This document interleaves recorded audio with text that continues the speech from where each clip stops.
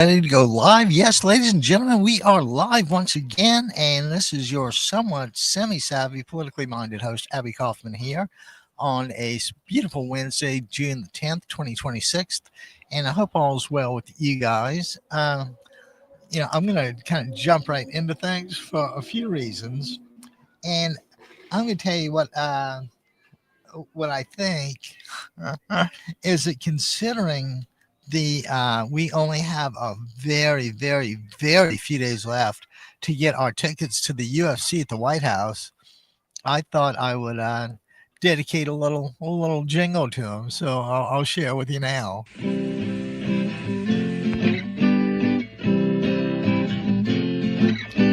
Trump hosts UFC. You and me, we can't even eat. Come November, we're gonna beat Republicans. Republicans. Republicans.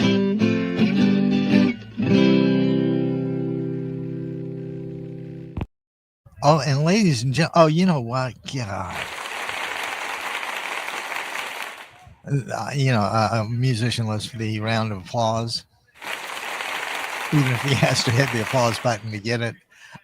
So anyway, yeah, how about that? June 14th is coming up, and it is UFC night at the White House. Now, who in the world you would have guessed that was even a remote possibility 2 years ago? I guess it's right up there with the Trump Penske DC Grand Prix. And what other sorts of little things do people do to ingratiate themselves with that subhuman being, orange tinged human being living in the White House? Uh, you know, Guys, I'm going to try to take a little different approach today. Instead of railing about Trump, I want us to kind of take a second or a few minutes actually to talk about how he got here, how he got to 2026. And I'd like to take it way far back, so maybe I will. Anyway, at this point in life, most people know that about the Ten Commandments, which were essentially the basis for Jewish law or law of Judaism.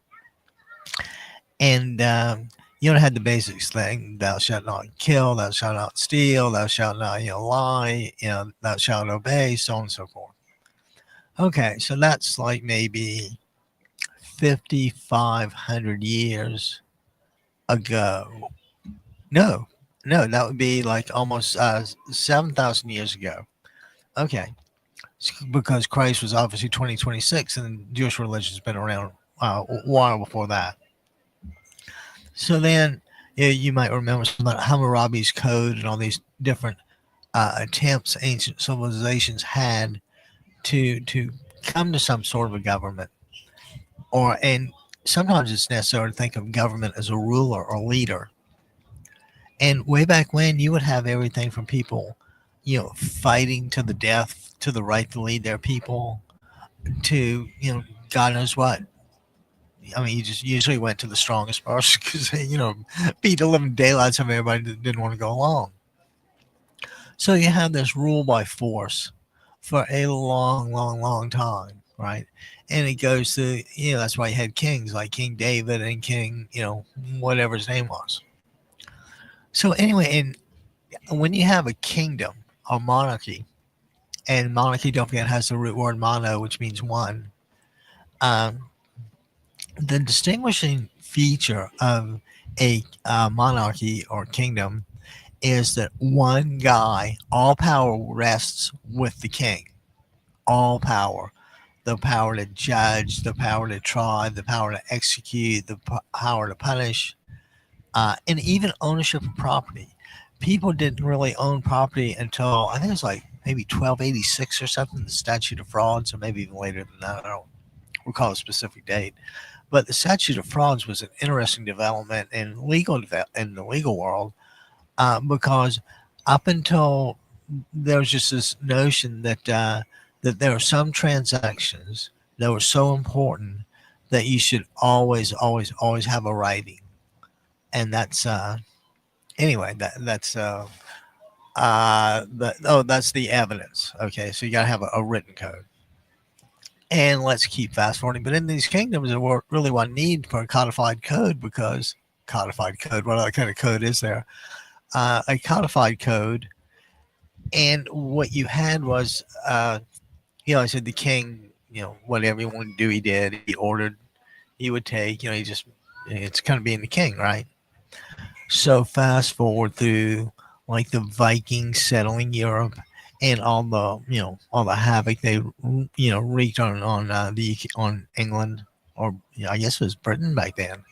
Um, so anyway, you finally get to Jesus Christ in what zero, in year zero. So 2,000 years. Let's pick it up about 500 A.D. And AD, do you guys know what that means? AD used to mean Anno Domini, meant in the year of our Lord, but we've since become a little more politically correct, and we call it the Common Era. And that actually makes more sense to me. So anyway, let's jump from the Common Era through the pestilence and the wars and the savagery. Yeah, let's get up to about 500 AD. And at this point, what you see happening is the clergy, who had been the only literate class of people, you see the clergy starting to, be shut down by the kings. They don't want any outside influences. Kings are usually anti-religion because religion usually helps people break free.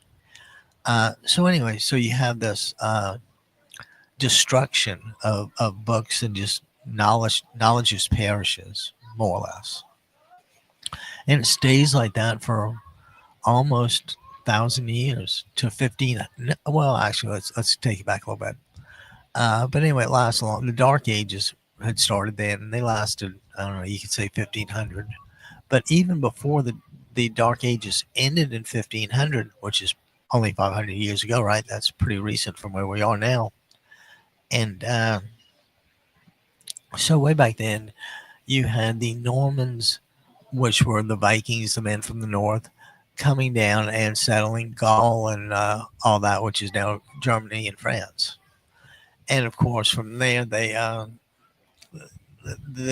tried to take over Britain. And in what was it, 1052 AD or something like that, William of Orange defeated the English King Harold at the Battle of Hastings, and that was in 1066. So that's when the Normans took over the English dynasties. But what was really interesting about 1086 and all this is you have the religion coming back under the Protestants, Oliver Cromwell and all that. And so as religion gets a little more, how can I say, accepted, the kings are again feeling threatened. But everything's going kind of well in Europe. There's, the usual wars, but, nothing out of the ordinary. The Vikings have plundered Britain, and the Normans are well and truly entrenched ensconced, rather, and they make alliances with the Habsburgs of Germany. There's intermarriages and all that stuff. But anyway, so at the Battle of Hastings, the English King Harold was defeated by William of Orange. And you meant like William and Mary? That's the William. Okay. So then, and later on in 1215 AD again, you have King John signing the Magna Carta, and that means the Great Charter, or it's kind of like the Great Order of the People. And people were granted certain rights in this, like the right to trial by jury. And I think that's the only place that you really see the expression jury of your peers. Might be just one of those little side facts I happen to remember. So anyway, 1215, right, the jury and all that. But it kind of takes a while to catch on. Europe is just starting to come out of the Dark Ages. Don't get to be another 100 years before Columbus sets out. And, I think 1492 discovered America and all that. Well, we all know he didn't discover America, but he landed in some islands and thought the people were Indians. Oh, thought he was in India, so he called the people Indians. So I say Christopher Columbus, 1492, and he was a one he Italian, but sailed under the Portuguese flag or something. So anyway, that's the journey to the New World, 1492. And there's religious wars in the meantime until eventually, in 1607, England decides to colonize North America, and their first stop was in Jamestown, Virginia. And we all know that colony was lost and never be heard from again. Nobody really knows what happened, so it's just because speculation. But I offer that as a point in time, and the reason I mention that is because I don't think there were any other settlements until 1670, when the colonials landed in Charleston, South Carolina, my hometown. So so keep in mind, you've got this new huge country with absolutely no internal governance. So of course, as much of the legal system, the jurisprudence of England can come over. It came over with the colonials. Okay, so and we all know eventually we go through the Revolutionary War, 1776, right? Declaration of Independence. When in the course of human events it becomes necessary, so on and so forth. Uh, so in 1776, we so it's just the anniversary we went our independence from England. And let's see, 76 to 2026 is 250 years, more or less, right? Which is why that weasel president wants to horn in on the celebration for his birthday. But I'll try to let that go until another time. So anyway, in the States, eventually you wind up with 13 colonies. And, there's like the French and Indian War, and they're still fighting wars, until, anyway, no, I said it's 13 colonies. And, all holds together until slavery is widely instituted. And that's then came Yale Civil War in like 1860-ish. So now we're closing in on like 200 years from the present, or 1860. Yeah, but no, that's down to like 170 years, less than 200 years. Okay, so these colonies need a way to work together and all that, and form a united country in the face of Britain. Because don't forget, there were two big things behind the colonials. But the big reason for the settlement of North America was freedom of religion. The English just didn't want to belong to the Anglican Church. They kind of knew better that that Henry's wedding was a little ended a little violently. So it's now 1860, and you've got the Civil War, which, if under propaganda, would be either the War of Northern Aggression or the war between the states. So anyway, coming out of this, and in the meantime, you've had the Articles of Confederation and various, looser attempts at a formal nation building, but eventually nation building wins out. And I think Abe was like the 16th president. George Washington was the first. So that's the period between like 1776 and 1860-ish until Lincoln gets assassinated in Ford's Theater. And what was that, like 1865? But keep in mind, there were these, thousands of black people that were imported to the United States like cattle, had their families ripped apart. I mean, it was, it was not a very good moment for us.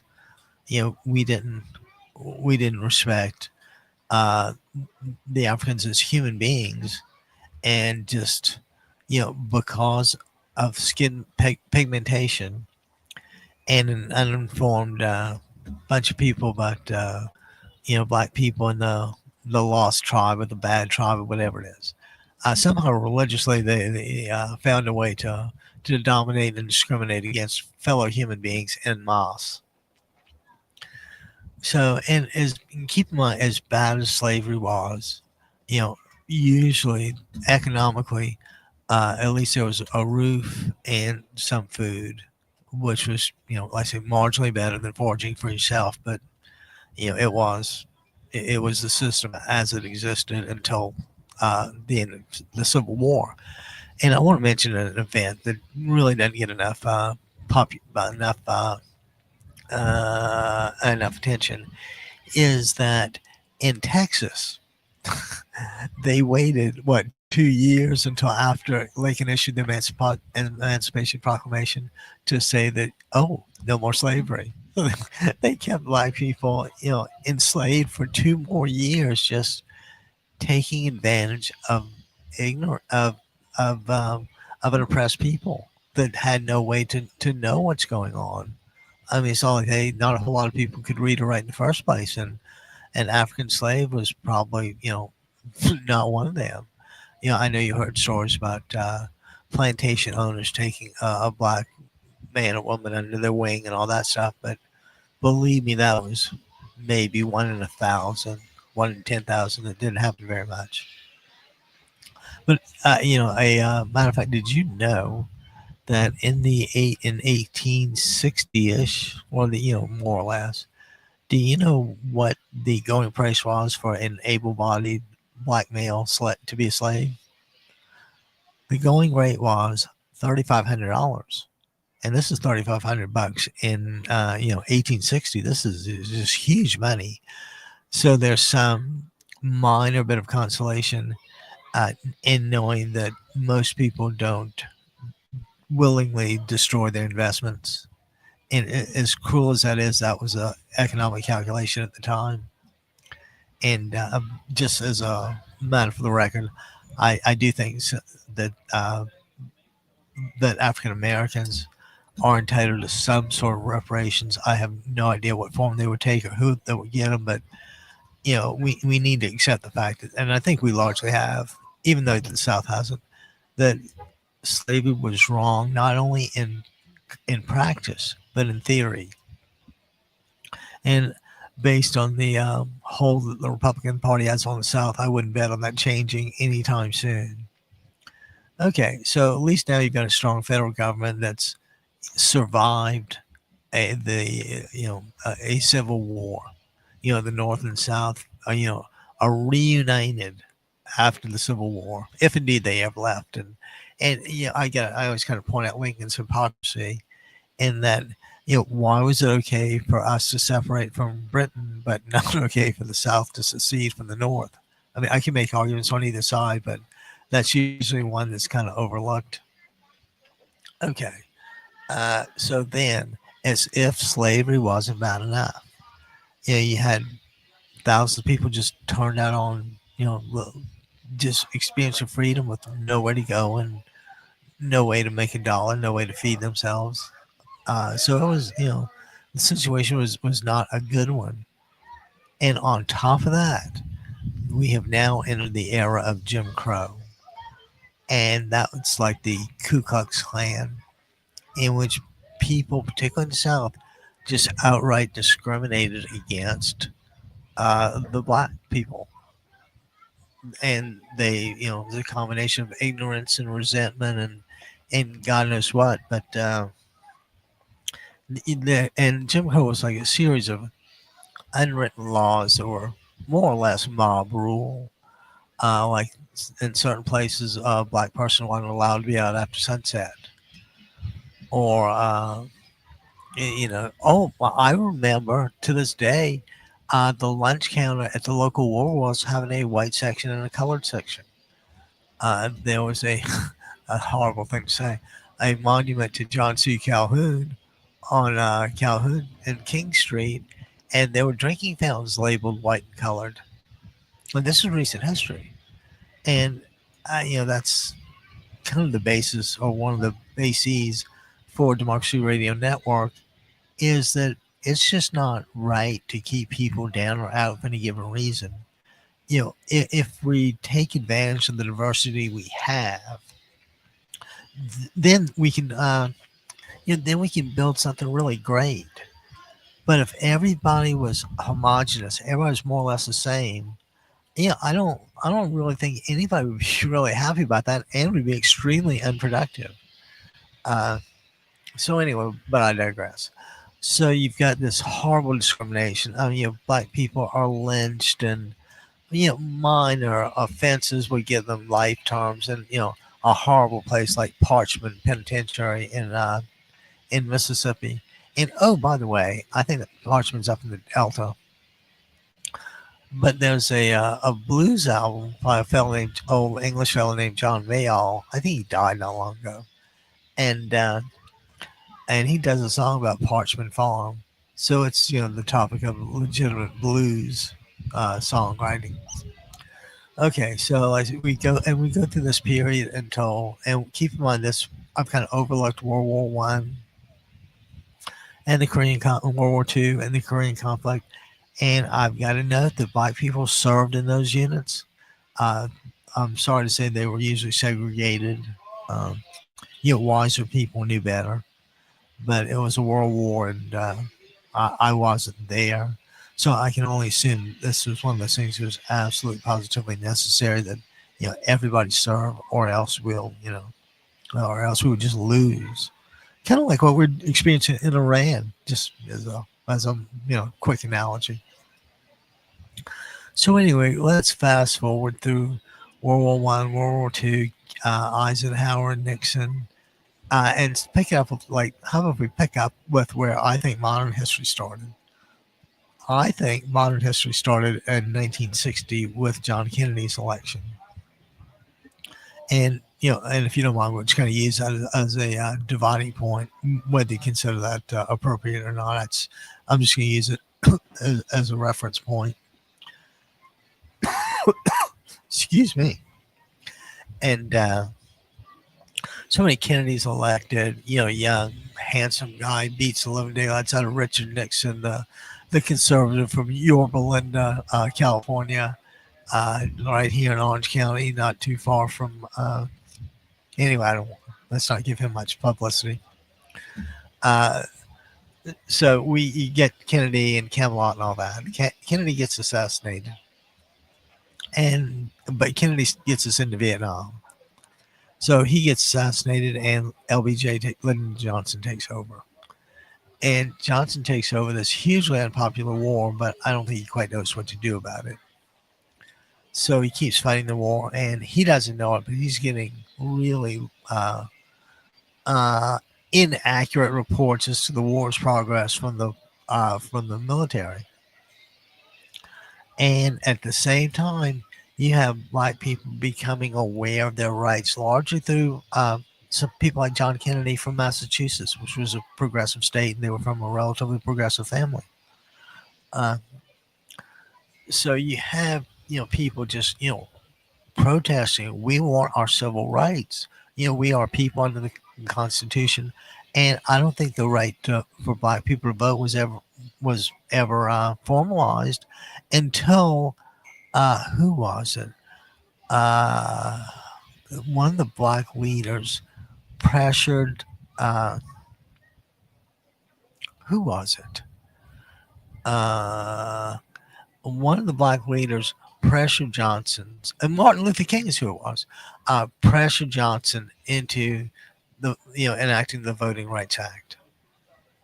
And only through those two, Martin Luther King and Lyndon Baines Johnson, did we have the Voting Rights Act. And it was necessary to guard against the outright discrimination in voting that that existed among blacks.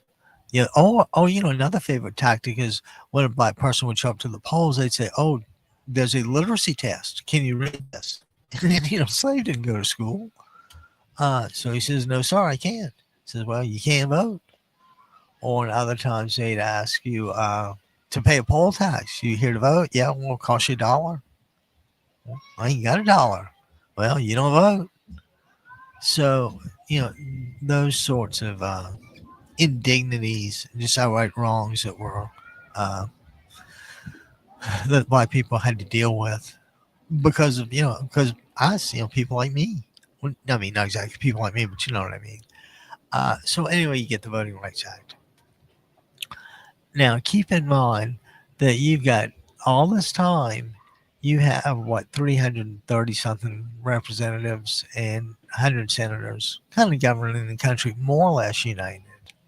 The Vietnam War kind of splits people, young and old, liberal and Democrat. If you were for the war and law and order and conservative, you voted Nixon in 68 and 72. And because don't forget, Lyndon Johnson was, if elected, I will not, if nominated, I will not run. If elected, I will not serve. So, we start looking elsewhere. And of course, Hubert Humphrey runs in 68 and loses to Nixon. And Nixon is a true and true conservative, discriminating person. And, all's not really healthy and happy. So thank God Vietnam was brought to a close. No, not necessarily. We didn't necessarily win that thing, but and it's like Iran. They outlasted us. You have to conclude they won. But keep in mind that we get to a point where finally the obvious tools that keeping people from voting, from keeping black people from voting, they're kind of running out. They can't do the poll tax, they can't do the literacy test, they can't do whatever it is. So they just resort to outright intimidation, right? And in the South, it's particularly bad because once you get kind of out in the country, there just ain't no law, and the law that is probably a big old sheriff who's not very friendly to black people. I'm sure there are exceptions, but that's the gross generalization.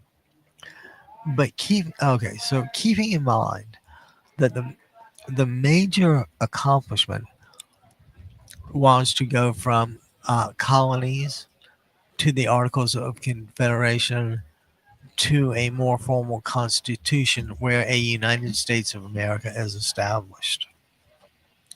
And that's where, the right to vote is seen. And that's crucially important. I mean, imagine that. For the longest time, you just didn't have any say in things. The kings, whatever king wanted, king got it because he's the king.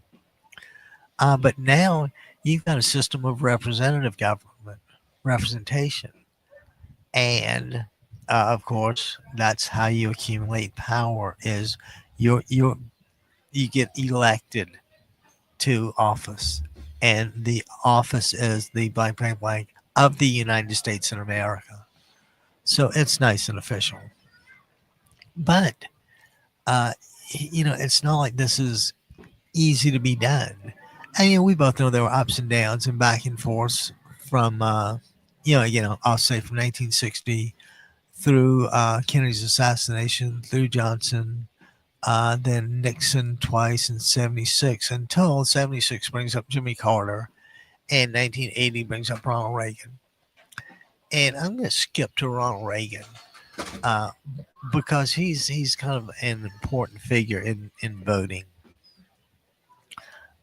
And just as a kind of aside from that, Reagan, and for those of you who didn't know, was the root cause of homelessness because he emptied the mental institutions and then decreased or eliminated the subsidies for Section 8 subsidized housing.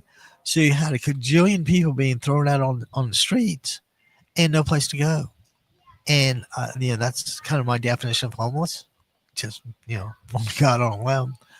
So anyway, but with Reagan, you get the sense of a Republican revolution where just coming off Jimmy Carter. And I'm going to tell you something. I'll be the first one to tell you Jimmy Carter was a superior human being, but not a particularly great president. I say just, he knew good, bad, right, wrong.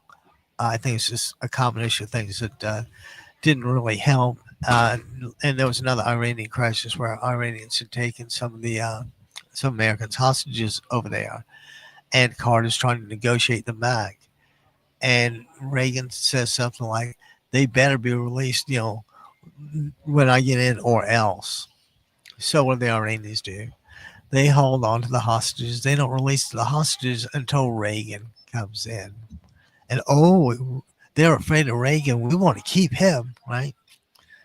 And it was all an illusion. But Carter was and still is perceived to be a weak uh, president, certainly as far as exercising political power. Now you have to go on and credit the living daylights out of him, and if he never won the Nobel Peace Prize, he certainly should or should have. Uh, you know, Carter spent time with Habitat for Humanity building homes for the homeless. He was our representative in Africa and to the developing nations to make sure they ran clean elections. Okay. So, like I said, Carter's a superior human being. I take my hat off to him every time. I admire him. I admire his thoughts. He just came across as weak, and I think that will be his place in history. So, in 1980, you get Ronald Reagan, but not only do you get Ronald Reagan, you get a new guy from Georgia called Newt Gingrich. And Newt's like some old, history professor who thinks he's, just a hot shot. And what happens is Newt comes to D.C. with us. We're not going to cooperate as Republicans. We're going to fight our own wars. We're going to fight them on everything, and we're going to take them on and win. So Reagan and Gingrich kind of ushered in fired the first shots of divisive politics. As much as we like to think it started with Trump, no, I think that it was truly Newt Gingrich as the guy that started it. And don't forget, we're on a run here of Republican presidents. You have Reagan in 80 and 84. And in 82, you have George Bush. So you have 12 years for three presidential terms. Republicans and, Democrats, they kind of tended to work together, but things were definitely fraying. They weren't divisive as they are now, but like I said, these were the seeds. Newt planted the seeds for this. So now let's fast forward to January 6th, and you have an assault on the Capitol, and everybody knows what the Capitol is: the home of the Congress, the home of the House of Representatives, and the home of the Senate. And you have a violent mob. And why do you have a violent mob? Because you have a president like Trump who lies to the effect that the election got rigged and stolen, and that Congress is somehow complicit. And we're going to go down to the Capitol. We're going to take it back because I didn't lose that election. It was unceremoniously stripped from me, and we want the political power that's justly ours. Okay. So now can you see where the absolute total breakdown with division comes, or the highlighted division comes, is Trump. He has, he divides to conquer. And I've always thought he was, like kind of stupid, but he's feral. And by that I mean take kind of wild, like an alley cat or something, and which was kind of coincidental when Joe Biden actually said he had the morals of an alley cat. He was more right than more right. Actually, he probably knew exactly what he was talking about, And I do have to tell you the hypocrisy between Trump's health treatments and Biden's health conditions. And, it's just everything's wrong if it's not your guy, and everything's right if it is with your guy. The public sees through this. The public sees through if the Democrats win and they cheated, and if Republicans lose, it's rigged. We see through all this. We see the pretext. We see what you're trying to do. We have retired federal court judges banding together. Because this is literally ripping the states and the civilization apart like nothing since the Civil War. 150 years later, look what we're doing. So anyway, you have this full-blown assault on representative government. And why did Trump want this assault on representative government? Because he don't like representative government. He wants all the power for him. You think he could care less about a democracy? Yeah, I hope the present situation is you can take to the bank that he's not concerned with democracy. He's more concerned with the 3 billion that he made this year. Yeah, or he's much more concerned with the ballroom or the arch or the reflecting pond or I mean the list is just endless.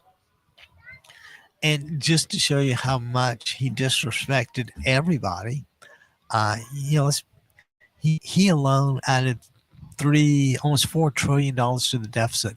He's responsible for 10% of the deficit and giving it away to his buddies. Okay. And do you think this kind of divides the public? I think so. Do you have a guy who says the Haitians are eating your cats? Do you think that divides the public? I think so. So the way I see it is, we've had representative government survive a pretty long time until there's a type of president that the founders couldn't anticipate. They might have anticipated a greedy, power hungry person, but I don't know if they anticipated a forceful person like Trump. I don't think it's still the general opinion that those 15 to 1,600 people he pardoned for January 6th are probably going to be reconstituted as a little private army. Trump's not about fairness. Okay, I'll repeat that one more time just in case that was too much of a shock. Trump is not about fairness. He's out for him, and it's kind of what's that song? If you don't know by now, nobody's going to tell you. And I think that would be I think that'd be kind of appropriate. So and don't forget, everything he has advocated has been divisive. He only gives stuff to Republican states. He denies stuff to Democrat states. And I think the founders assumed a person of integrity and good judgment.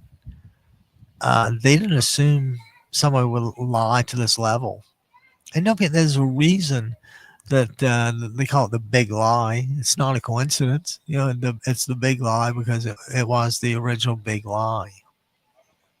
And what I cannot understand is that those guys had 60 chances in court to bring up some evidence, just something, and they couldn't. And then you can't, get beyond that without mentioning Kristen Welker and her Trump interview in Wisconsin a few nights ago.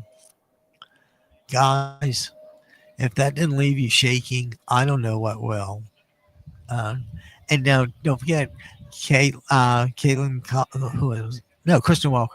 And just ask him for just some shred of evidence, just something.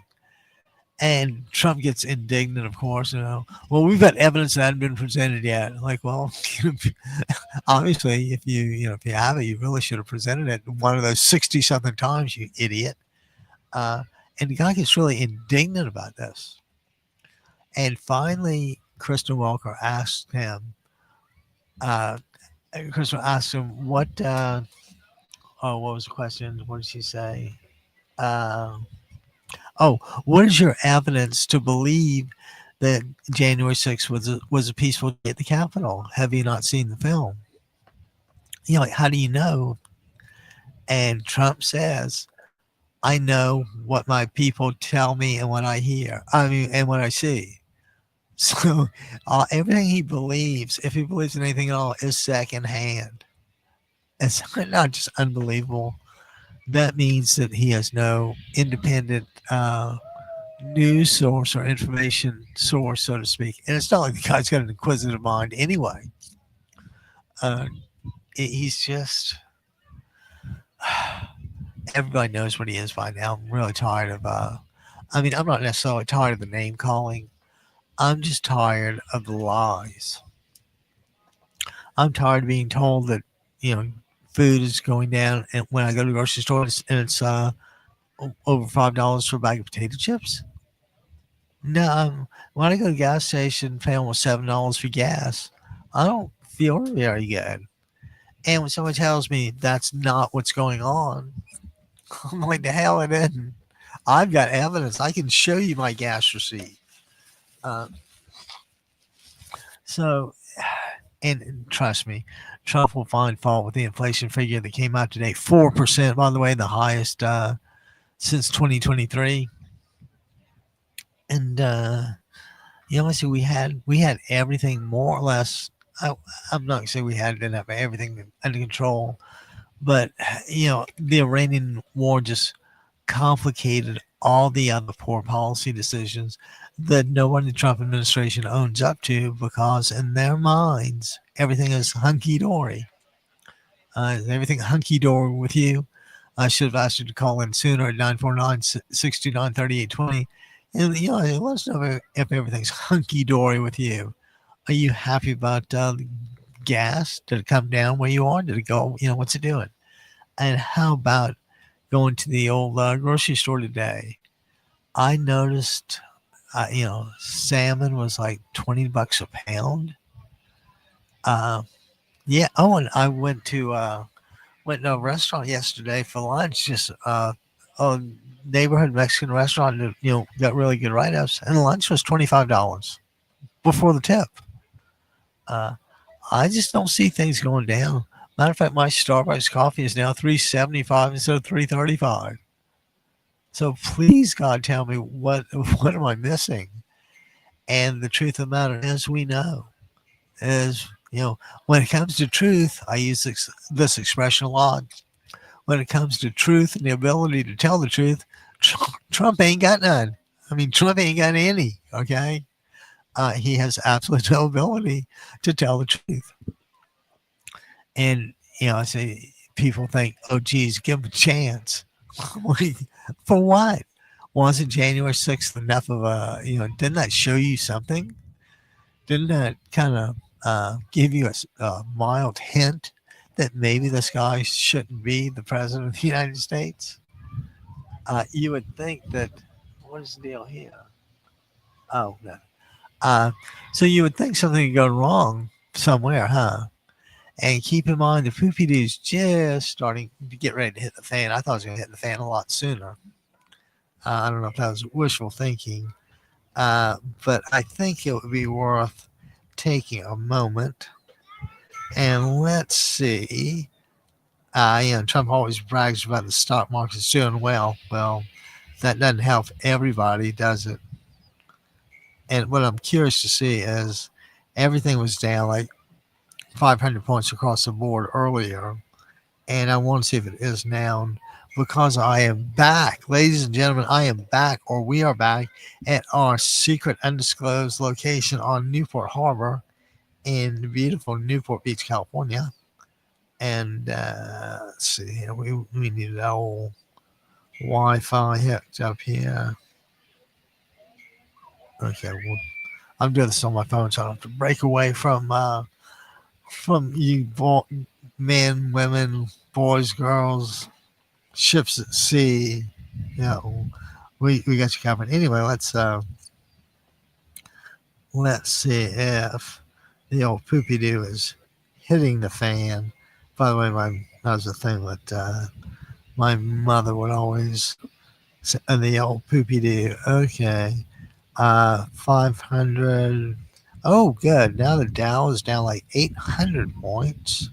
The S&P is down 72, close to 100, and that old Nas is closing in on 375 down. Huh.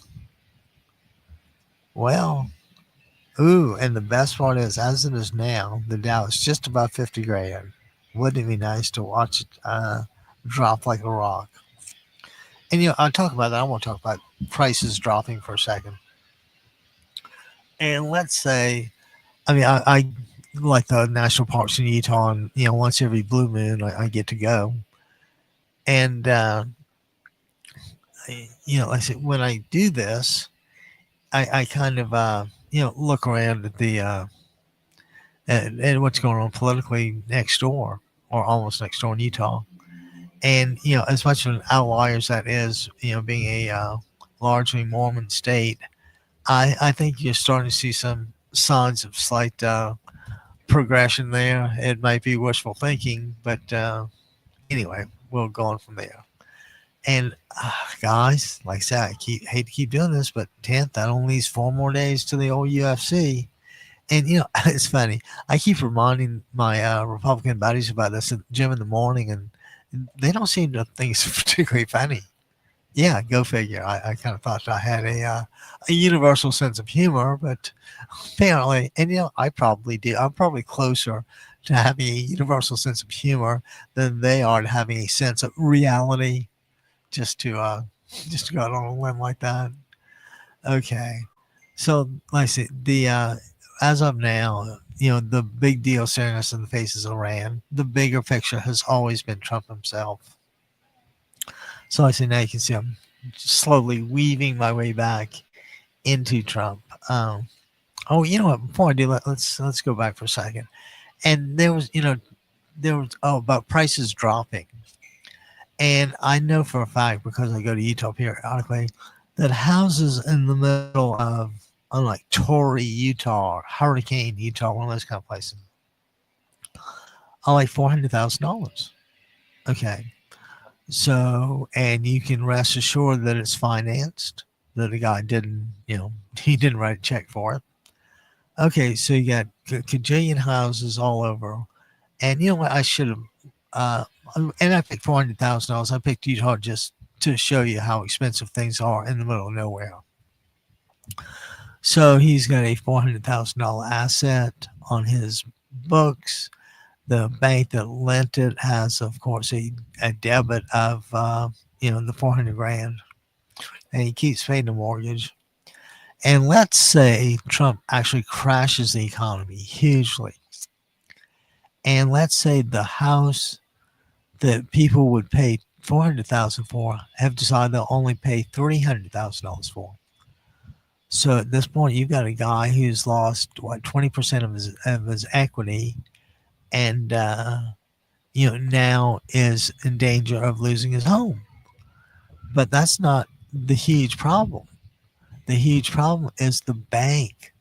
The bank would have to write down 20% on their assets. And, the country might not survive stuff like that. That's why the goal of the Fed was to keep inflation rate at like 2% so that things steadily appreciated. And you didn't have this wild run and then the crash. Those boom and bust cycles just kill economies. So you can kind of see where we are now. And like I said, the market's clearly, reacting to Iran now. But the overall level of what Alan Greenspan would call irrational exuberance is due to AI. Nobody else is doing well. It's only AI. And there's an old saying, well, how can even that be doing well? That's not rational. And this was courtesy of an old Wall Street friend. And he's telling me, says, the markets can be irrational longer than you can be liquid. And I'm like, oh, I get it now. The market has its own mentality. And, it always sounds kind of amorphous, but, they usually bet the right way. That's why they've done so well financially. And one that a stunning observation. And you know what, guys? As I look ahead to, and I can't help but look ahead to the general election in November, and even now, Trump is railing against rigged elections, and by doing this, and he's done this daily for years. He has systematically undermined the distinguishing feature of a democracy, which is free and fair elections. He has injected the element of doubt, and that's the worst. because unless it's the big lie, the doubt as to the election, or in his opinion, the thievery of the office of the president. And I would like to think there's a nice little montage that has been mounted to prove Trump is just insane and really does need to be removed. I mean, he clearly doesn't understand diplomacy, which you would think the president of the United States ought to be somewhat familiar with. It's always dangerous to go out on a limb and expect anything other than sheer abject stupidity and incompetence from these guys. And we can't neglect the attitude. We have the power, you don't. So f you. That's really hard to put up with, especially when Pretty Boy Pistol Pete Kegseth jaunts over to Cuba and gets off the plane in shorts and a t-shirt. I mean, that's not. What is that? It's clearly not respect. It's clearly not what you would expect from a high-level cabinet official. But guess what? We asked for, or you asked for, you got it. Trump and Donald Trump and the incompetence. Oh, could that be a band? Maybe I'll write a song about that. Donald Trump and the incompetence. And just as a matter of fact, before we go, I do want to play a little 30-second music video I did, just so we'll have a theme going forward. Hang on.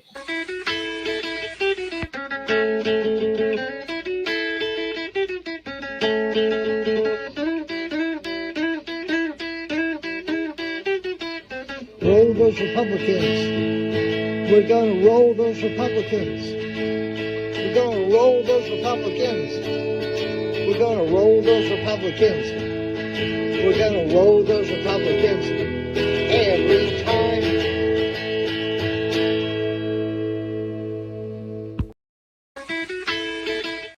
Guys, you know what? I've got to get a little better with that applause button. And it's kind of funny. It's kind of neat to be able to do that. So anyway, Donald Trump and his band of incompetence. I just, I'm beyond talking about every brick in the wall of incompetence. At this point, excuse my throat starting to go.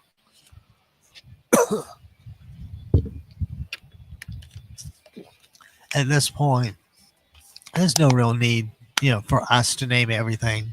When the Justice Department becomes a Justice Department again, it will have its job to list those abnormal instances that have amounted to crimes in much more detail than I will ever be able to.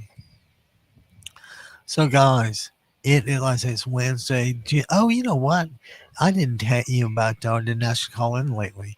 But if you have a thought about it, let's give us a call, 949-629-3820, and let us know what's going on. Like I say, we operate on the principle that silence is compliance. Therefore, you need to shout louder. And in the bigger picture, we are a call-in show. You talk, and guess what? We listen. And our listeners listen to you. So we really appreciate the call-ins. And oh, by the way, did you know that the live stream join link is at our homepage, democracyradionetwork.com, and you'll also find the call-in number there just in case you need it, 949-629-3820. And if I'm not mistaken, somewhere on that page, might be near the top, just might be near the top, is our PayPal donate button.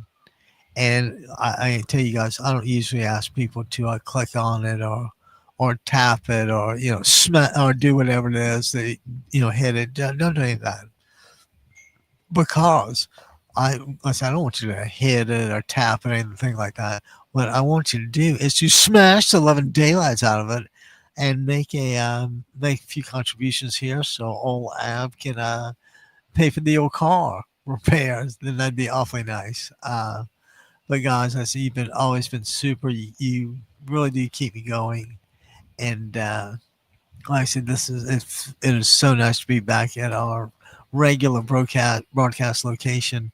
Those emergency broadcast procedures will require me to do it just from my laptop without the old Scarlett 2i2 and without the old Rode Pod mic and can't get the old Shure headphones. Without all that, and being live in Starbucks that I'd never been to before. So we've had a lively few days. I'm glad they're over. I'm glad things are kind of returning to normal. Like I say, I'm back. The sun is out. Mark is dropping like stone. Oh no, it's got another 35 minutes to run. Huh. If that's an indicator of happiness and popularity, then I don't think Trump's particularly popular. I want to take another minute to give a shout out to the Democratic candidate, the Democratic challenger to Lindsey Graham in South Carolina. And, Lindsey Graham, he only gets elected, reelected because of the R and because South Carolinians, by and large, if there's something that a black person votes for or somebody a black person votes for, they usually vote the opposite, just on general principle, just to be spiteful. So let's hope there's enough newcomers to the South to have actually made a difference. You certainly haven't seen it. You see glimpses of, you'll hear there, like Spanberger winning the Virginia Democratic race, and what's going on in Georgia and New Orleans and all that. You would have to think that people are abandoning ship. Is that what you would do? If it's an all hands on deck drill and the ship's going down, then I'll stay with it as long as I can. Then I'll get my behind in the life raft. But I don't know what sort of a life raft we have relative to that subhuman orange tinge, creature in the White House. But like I said, I do know, there's one thing I do know, that I will not be at the UFC fight at the White House on Sunday the 14th. And, again, I'm, it's just so timely and such an idiotic thing that I've got to play this for you one more time.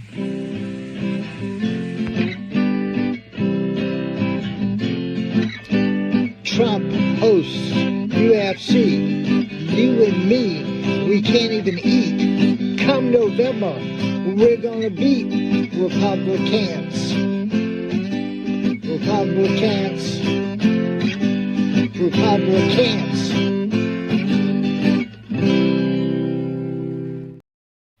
Guys, thank you. I think it's pretty much impossible to end on a happier note than when Uncle Ab sings UFC at the White House. So if anyone wants to see it, of course, it's in my profile section on Instagram, and we are democracyradionetwork.com. Call us 949-629-3820, or give us an email, united@democracyradionetwork.com. And we're going to go ahead and make it kind of an early day just because my throat's starting to go, and it seems like a pretty good time to do this. So, guys, thanks again for tuning in. And you know what we always say at the end of every broadcast? Roger, Wilco, over and out. Did I miss that? Oh, I did.